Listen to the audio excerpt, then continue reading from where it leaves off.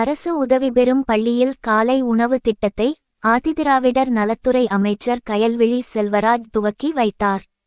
திருப்பூர் மாவட்டம் தாராபுரம் ஒன்றியத்திற்கு உட்பட்ட தளவாய்பட்டினம் அரசு உதவி பெறும் பள்ளியில் காலை சிற்றுண்டி திட்டத்தை ஆதிதிராவிடர் நலத்துறை அமைச்சர் கயல்விழி செல்வராஜ் துவக்கி வைத்தார்.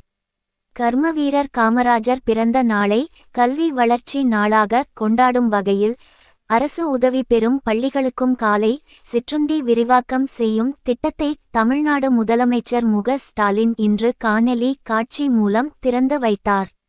அதைத் தொடர்ந்து ஆதிதிராவிடர் நலத்துறை அமைச்சர் கயல்விழி செல்வராஜ் தளவாய்பட்டினம் அரசு உதவி பெறும் பள்ளியில் காலை சிற்றுண்டி பள்ளி குழந்தைகளுக்கு வழங்கி குழந்தைகளுடன் ஒன்றாக அமர்ந்து காலை உணவு உட்கொண்டார்.